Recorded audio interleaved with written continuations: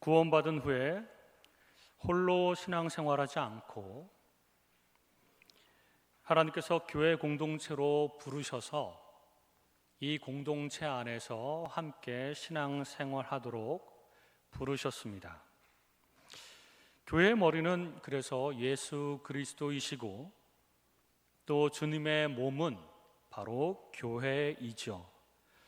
우리 각 신자들은 또한 몸을 구성하는 각 지체들입니다.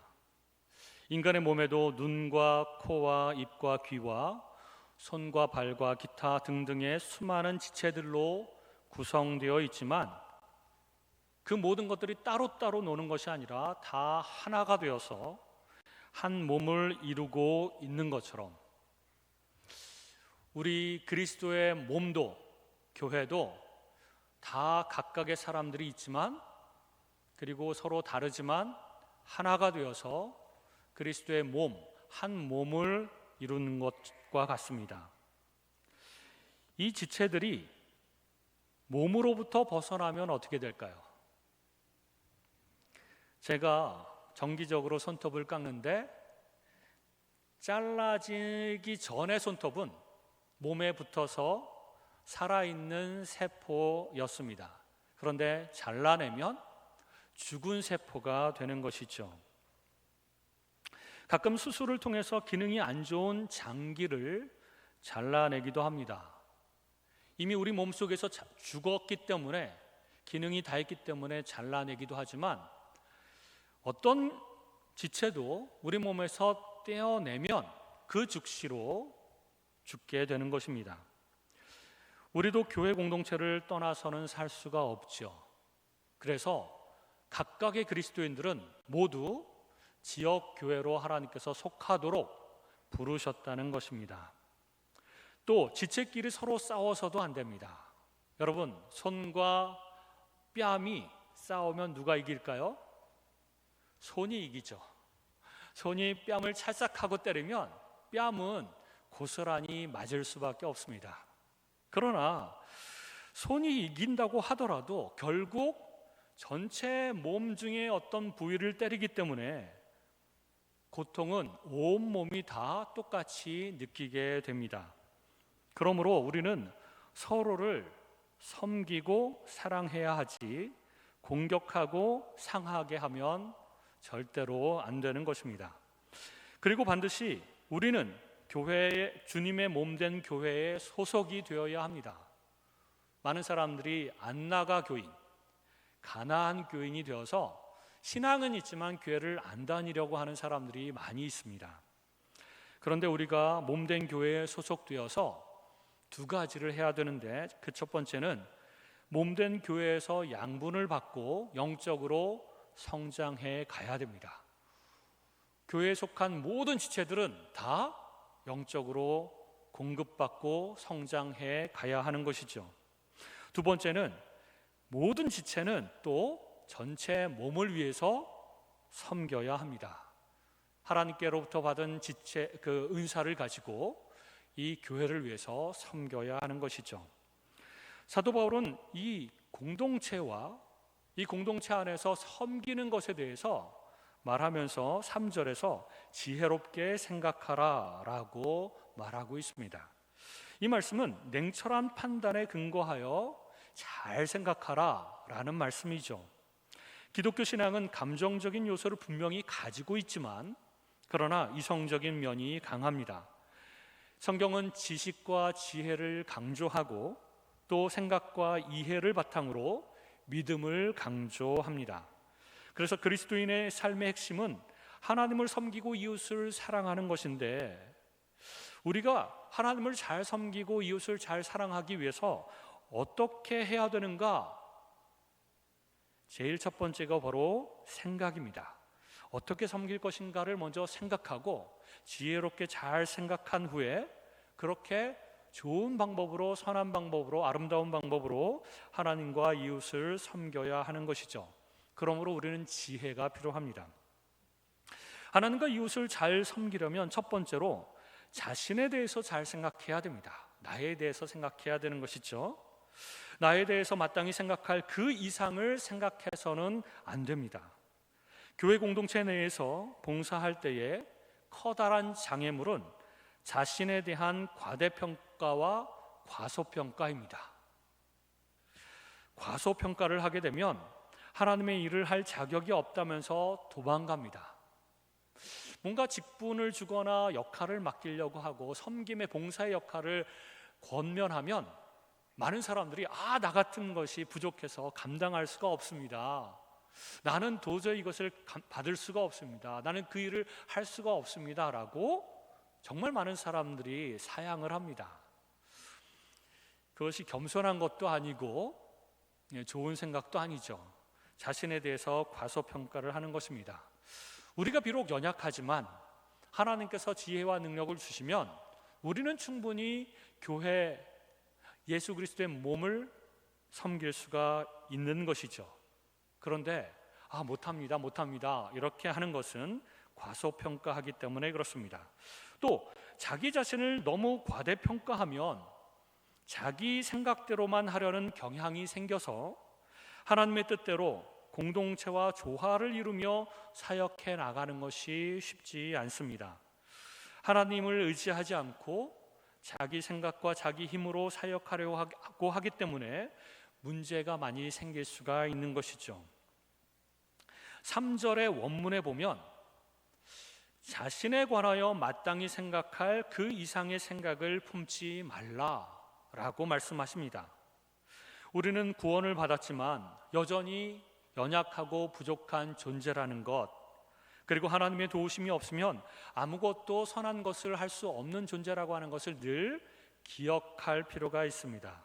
그래서 우리는 교회를 섬길 때에 정말 겸손한 태도로 이것을 명심하고 나 자신에 대해서 생각하면서 그렇게 봉사하고 섬겨야 하는 것이죠.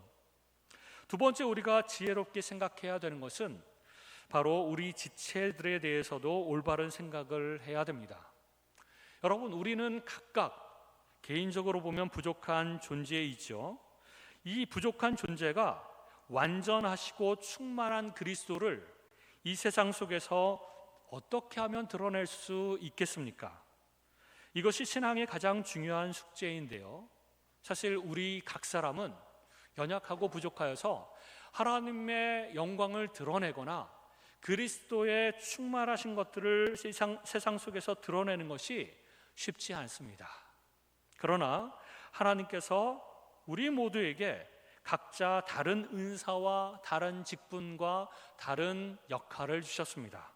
그리고 우리 한 사람 한 사람은 부족하지만 다양한 은사를 소유한 사람들이 함께 모여서 그리스도의 몸을 형성할 때 우리는 큰 힘을 발휘할 수 있게 되고 그리스도를 올바로 드러낼 수 있으며 하나님께 영광을 돌릴 수 있고, 또한 우리가 힘을 합쳐 하나가 된 후에 세상 사람들까지도 섬길 수가 있게 되는 것입니다.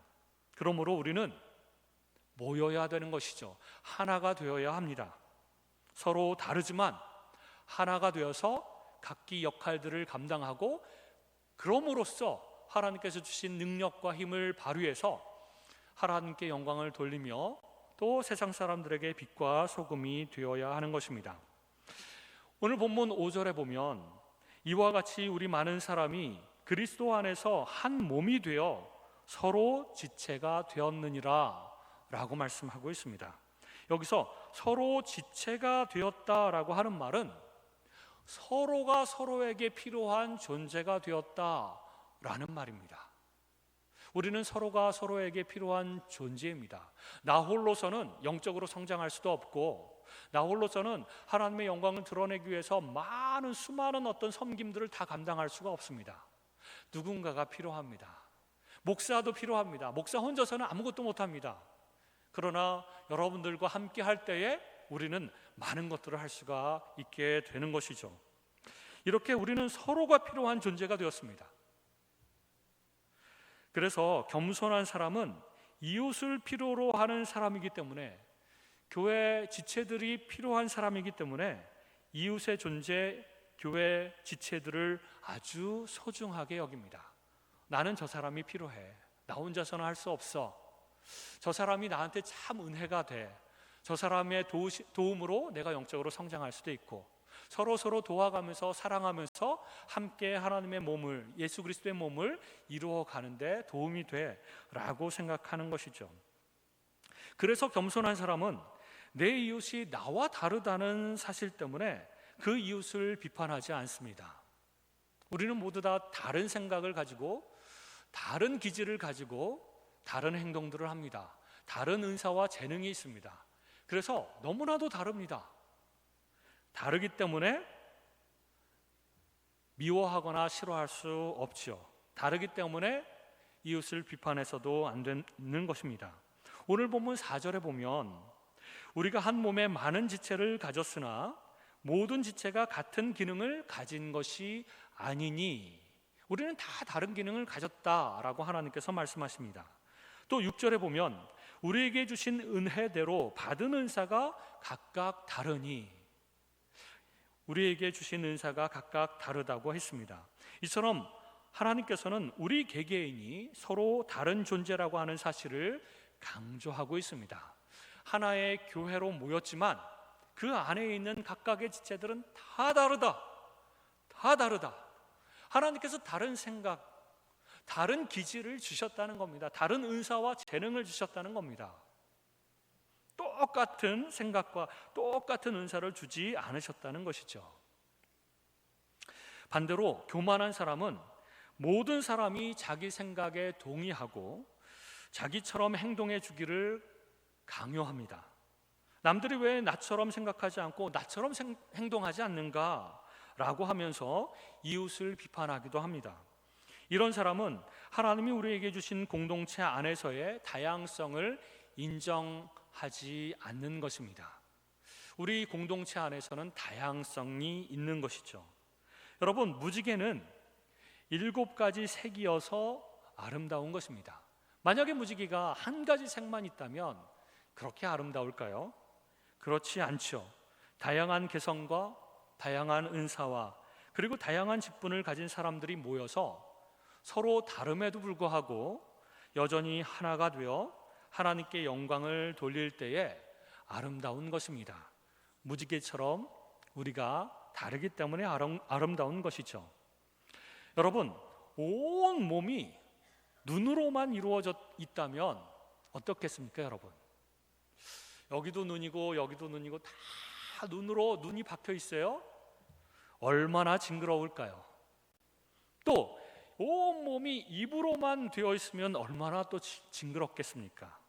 사실 징그러울 뿐만 아니라 또 다른 지체의 역할을 할 수 없기 때문에 눈으로만 되어 있으면 보는 것만 할 수 있지 먹거나 걷거나 찬양하거나 수없이 많은 일들을 할 수 없게 되겠죠.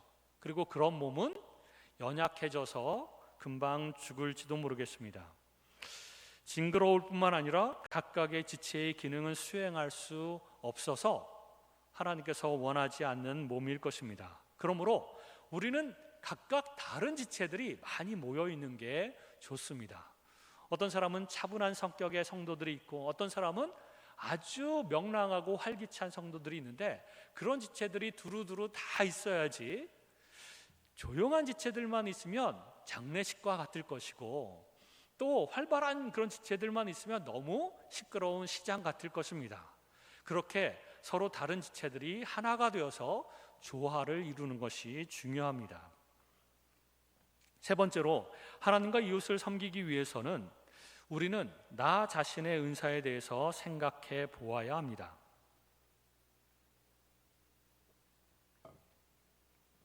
이미 강조한 것처럼 하나님을 섬기고 이웃을 섬기기 위해서는 여러분 무엇이 필요할까요? 어떻게 무엇으로 섬길 수 있을까요? 내가 가진 은사와 재능으로 섬길 수 있는 것입니다. 내가 가지지도 않는 것으로 섬길 수는 없는 것입니다. 하나님은 이미 우리 각 사람에게 공동체를 섬기라고 최소한 3가지에서 4가지 은사를 주셨다고 어떤 학자가 이렇게 이야기를 했습니다. 나는 하나도 없는 것 같은데? 이렇게 생각하실지도 모르겠지만 찾아보면 3가지에서 4가지 은사를 하나님께서 주셨다는 것을 발견할 수 있을 것입니다. 각자에게 주신 은사를 땅에 묻어두고 그 은사를 사용해서 하나님과 교회를 섬기지 않는다면 나중에 예수 그리스도를 천국에서 만나볼 때에 악하고 게으른 종이라고 주님의 호된 꾸중을 듣게 될지도 모릅니다. 하나님께서 우리에게 은사와 재능을 주신 이유는 하나님과 이웃을 섬기라고 주신 것이지 나 혼자 즐기라고 주신 것이 아닌 것입니다. 그러므로 혹시 여러분들 가운데 주일 예배 딱 한 번만 드리고 교회를 가고 이 교회 전체 예수 그리스도의 몸을 섬기는데 이렇게 섬기거나 봉사하거나 어떤 모양으로든지 그러지 않고 있다면 지금부터라도 내 은사를 찾고 그 은사대로 이 몸을 섬기고 하나님을 섬기는 일에 함께 동참하기를 권면해 드립니다. 여러분, 서로 관계가 조금 껄끄러워도 생각이 좀 서로 안 맞아도 우리는 공동체를 섬겨야 합니다. 어떤 사람들은 은사가 참 많은 분들이 있어요. 재능이 많은 분들이 있습니다. 그런데 교회 안에서 기분이 좀 상해서, 그리고 어떤 사람하고 갈등이 있어서 도저히 나는 교회를 못하겠다 그러면서 그만두는 사람들이 많습니다. 목사님, 나는 이제 더 이상 사역 안 하고 섬기는 일 안 하고 그만두겠습니다. 교회를 떠나지는 않겠습니다. 그러나 아무것도 안 하겠습니다. 이런 분들이 가끔 있습니다. 그러나 우리는 서로 관계가 조금 껄끄러워도 생각이 조금 좀 안 맞아도 우리는 공동체를 섬기라고 부르심을 받았습니다. 여러분, 아브라함 링컨이라고 하는 사람을 알죠? 미국의 대통령인데 이 아브라함 링컨의 정치적인 정적 중에는 스탠튼이라고 하는 사람이 있었는데 정말 링컨을 모욕하고 괴롭히고 그렇게 비난했던 사람입니다. 심지어 링컨의 외모를 가지고 고릴라라고 놀리기도 했습니다. 아주 조롱을 했죠. 근데 실제로 링컨은 이렇게 수염을 길러가지고 고릴라처럼 닮기도 했습니다. 그런데 이렇게 힘들게 하고 괴롭히고 했던 그 스탠튼이라고 하는 사람을 나중에 링컨이 대통령이 된 다음에 장관들을 임명할 때 이 장관 역할, 이 자리는 스탠튼이 가장 적합하겠소라고 임명을 해버렸습니다. 그러자 주변의 참모들은 깜짝 놀라서 대통령님, 안 됩니다. 스탠튼이 누군지 잘 아시지 않습니까? 대통령님을 그렇게 비방하고 괴롭히고 모욕했던 사람인데 어떻게 이 자리를 줄 수가 있겠습니까? 라고 얘기를 했다고 합니다. 그러자 이 링컨 대통령이 이렇게 이야기를 했습니다. 이 자리는 나를 얼마나 비판했느냐 안 비판했느냐, 나에게 아첨을 했느냐, 그런 사람을 임명하는 것이 아니라 이 일에 누가 가장 적합한가, 이것이 가장 중요한 문제다. 내가 생각할 때는 이 스탠튼이라고 하는 사람이 나를 힘들게 하고 괴롭혔지만 이 역할에는 가장 적합한 사람이다 라고 대답을 했다고 합니다.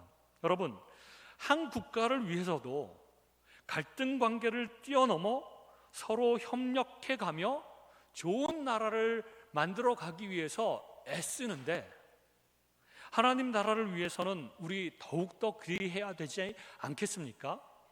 좀 갈등이 있어도 이 하나님 나라를 위해서라면, 이 교회를 위해서라면, 주님의 몸된 교회를 위해서라면 좀 마음이 안 맞고 좀 갈등 관계가 있어서 좀 싫어했지만 그러나 함께 이 일들을 감당해야 되지 않겠습니까?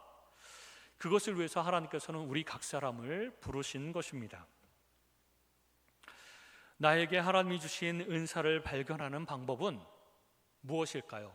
아까 말씀드렸던 것처럼 나는 은사가 하나도 없는데요, 재능도 없어요, 그래서 교회 공동체를 위해서 내가 할 수 있는 것이 아무것도 없습니다 라고 생각하는 분들이 좀 종종 있습니다. 그러나 분명한 것은 하나님께서 우리 각 사람들에게 은사를 나눠주시고 능력을 주시고 재능을 주셨다는 것입니다. 그러므로 하나님이 주신 은사를 발견하는 방법은 교회 안에서 여러 가지 일들을 뛰어들어서 해보면 알게 될 것입니다. 우리 교회에도 많은 사역들이 있습니다. 방송팀이 있고 예배를 돕는 여러 가지 사역이 있으며 화단 관리도 있고 찬양대도 있고 주일학교 교사도 있고 전도팀도 있고 새신자반도 있고 선교위원도, 해외 선교위원도 있고 식당 봉사도 있고 차량 봉사도 있고 재정부도 있고 교회 청소도 있고 작은 도서관 사역들도 있고 중보기도도 있습니다. 그 외에도 더 자잘하게 많은 일들이 있습니다. 그 중에서 어떤 봉사를 할 때 가장 큰 기쁨과 환희가 있는지 잘 생각해 보면 아, 이게 내 은사구나 라고 하는 것을 알 수 있다는 것이죠. 그리고 이거를 해보다가 아, 이거는 아닌 것 같아. 그럼 또 다른 일들을 해보면 또 알아갈 수 있습니다. 여러 가지를 해보면서 하나님께서 은사로 주신 것이 무엇인가, 이거를 발견하는 것이 첫 번째입니다. 특별히 어저께 임직식이 있었습니다. 시무 권사님들과 안수 집사님들 임직식이 있었습니다. 죄송한데 제가 참석을 못했습니다. 우즈베키스탄 선교사역 갔다 오느라고 부랴부랴 오는데도 차 시간이 안 맞아서 어저께 좀 늦게 도착을 했습니다. 임직 받으신 분들, 이번에 임직 받으신 분들은 물론 지금도 여전히 교회에서 봉사하시는 분들이 있습니다. 근데 혹시 임직 받으신 분들 중에서 주일 예배만 딱 한 번 참석하고 교회 사역에 한 가지라도 사역을 하지 못하고 계시는 분들이 있다면 지금부터라도 참여하기를 권면하고 싶습니다. 물론 지금 이번에 임직받지 않으신 분들 중에서도 굉장히 많은 직분자들께서 교회 주일 오전 예배만 딱 드리고 그리고 교회 봉사는 아무것도 안 하시는 분들이 많은 것 같습니다. 물론 집에 가서 이 교회를 위해서 중보기도 하고 또 사람들을 만나서 이렇게 또 친절하게 대하고 위로하고 이런 분들도 있는 줄로 믿습니다. 그러나 자기 자신을 한번 생각해 보십시오. 나는 아직 은사를 발견하지 못해서 혹은 내가 부족하다고 생각해서 내가 교회 봉사를 하지 못하겠다, 혹은 아까 말씀드린 것처럼 교회에서 뭔가 껄끄러운 것들이 있어서 갈등이 있어서 내가 도저히 못하겠다, 이런 분들은 오늘 하나님께서 우리에게 주신 말씀을 묵상하고 붙들고 깊이 기도하면서 하나님, 제가 이제부터라도 주의 몸된 교회를 섬기기를 원합니다. 작은 것부터라도 하나님 섬기기를 원합니다. 하나님, 저에게 주신 은사가 무엇인지 발견하게 해주시고 그 은사를 가지고 하나님과 하나님의 교회를 잘 섬길 수 있도록 하나님 도와주옵소서. 이렇게 결단하시고 참여하기를 바랍니다. 우리 교회는 매년 연말에 내년에 봉사할 지원자들의 신청도 받습니다.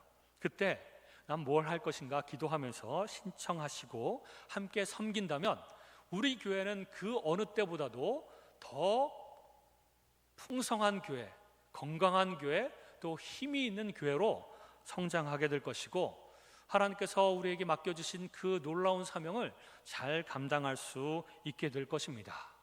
그러나 정말 많은 사람들이 있지만 대부분의 사람들은 섬기는 것을 다 포기하고 정말 손가락에 꼽히는 몇몇 소수의 사람들만 섬긴다면 우리 교회는 힘을 점점 잃어갈 것입니다.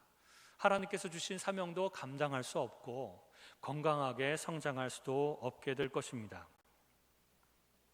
뿐만 아니라 그 사역을 내가 해보니까 내 마음에 들긴 하는데 사실은 내 은사가 아닐 때도 있습니다. 그렇다면 우리는 과감하게 그 사역에서 물러나는 것도 필요합니다. 나뿐만 아니라 다른 사람에게도 평가를 받아서 저 사람은 저런 은사가 있어서 이 일에 아주 적합해 라고 하는 평가를 들어야 됩니다. 그렇지 않고 내가 눈에 보이기에 이 사역은 난 너무 좋아해, 그래서 은사가 없더라도 나는 이거를 계속해서 할 거야 라고 고집을 피운다면 어쩌면 또 여러 가지 문제를 일으킬 수도 있습니다. 대부분의 사람들이 눈에 보이는 것이 좋아 보이는 그런 사역에 다 몰리는 경향이 있습니다. 너도 나도 이 사역을 하고 싶은 그런 몇몇 사역들이 있는 것이죠. 그리고 반면에 좀 힘들고 좀 더럽고 어려운 사역들은 안 하려고 하는 경향도 있습니다. 내가 그런 은사를 받았는데도 불구하고 그런 것들은 안 하고 싶어 라고 해서 이렇게 외면하는 사역들도 있는 것이죠. 그래서 하나님께서 주신 은사대로 그렇게 섬기는 것이 필요합니다. 누가 뭐래도 힘들고 어려운 일이라고 해도 하나님께서 내게 이 직분을 주시고 이런 은사를 주셨다면 나는 이 일을 감당하겠다라고 하는 마음이 필요하다는 것입니다. 오늘 본문에 나오는 은사는 7가지인데 예언의 은사, 섬김의 은사, 가르치는 은사, 위로하는 은사, 구제하는 은사, 다스리는 은사, 긍휼을 베푸는 은사입니다. 참고로 예언의 은사는 미래에 일어날 일들을 예언하는, 점치듯이 그런 예언하는 그런 은사라기보다는 하나님의 말씀을 잘 전하는 은사라고 보아야 합니다. 또 다스리는 은사는 교회의 행정과 치리를 감당하는 은사라고 볼 수 있습니다. 그 외에는 이렇게 읽기만 해도 어떤 은사인지를 대충 알겠죠. 로마서뿐만 아니라 고린도전서와 또 다른 본문에도 여러 가지 다양한 은사를 하나님께서는 언급해 주고 계십니다. 또 성경에 나타난 은사 말고도 하나님께서 또한 여러 가지 은사를 주셔서 교회를 섬기게 하셨습니다. 그런데 섬김의 은사가 없다고 이 섬김의 은사를 가진 사람들만 하는 것이라고 생각해서는 안 됩니다. 모든 성도가 다 섬겨야 하는 것이죠. 그러나 우리 중에 섬기는 일에 특별히 뛰어난 은사를 받은 분들은 그 일을 더 특별히 섬기고 더 특별한 위치에서 그 일을 섬기라고 주신 것이지, 그 사람들만 섬기라고 하고 대다수의 사람들은 섬김의 은사가 없기 때문에 나는 섬기지 않겠다라고 생각해서도 안 된다는 것입니다. 또 나는 또 가르치는 은사가 없다고 해서 난 가르치지 않겠다 그러지 않고, 가르치는 은사가 없어도 옆집의 사람들한테 복음도 전하고 성경 말씀도 가르쳐주고 내가 할 수 있는 만큼 최선을 다해서 그렇게 하는 것이 필요합니다. 그래서 모든 그리스도인들은 사실 모든 역할을 다 조금씩 실천하면서 삶을 살아가야 되는 것이죠. 그러나 특별한 은사를 주셨을 때는 그 은사를 더 특별하게 교회 공동체를 위해서 사용하라는 것입니다. 이 은사가 내게 주신 은사라고 하는 확신이 들면 건강이 허락하는 한 이 사역을 평생 하시면 좋을 것 같습니다. 여러분, 여기 성가대를 한번 보십시오. 우리 교회 성가대는 나이 많으신 분들도 많습니다. 그 나이 희끗희끗 머리가 있으신 분들도 이렇게 찬양대로 섬기는데 너무나도 보기가 좋습니다. 우리는 하나님께서 나에게 은사를 주셨다면, 그리고 그 사명을 주셨다면 건강이 허락하는 한 계속 죽을 때까지 감당하는 것이 아름답습니다. 여러분, 미국의 카터 대통령을 아시죠? 이 카터 대통령이 어렸을 때 예수님을 영접하고 그 후에 자신의 은사를 살펴보니까 가르침의 은사가 있었다고 합니다. 그래서 그는 젊었을 때부터 주일학교 교사를 시작했는데요, 대통령 선거 유세 기간 중에도 주일날이면 항상 유세 그 일을 다 멈추고 가까운 교회로 가서 주일학교를 가르쳤다고 합니다. 놀랍지 않습니까, 여러분? 그리고 대통령직에서 물러난 후에도 자신의 고향 교회로 돌아가서 주일학교 교사로 섬겼다고 합니다. 그 조그마한 아이들을 위해서 말씀을 가르치고 그랬다는 것이죠. 언제까지 그랬을까요? 언제까지 이 주일학교 교사로서의 사명을 감당했을까요?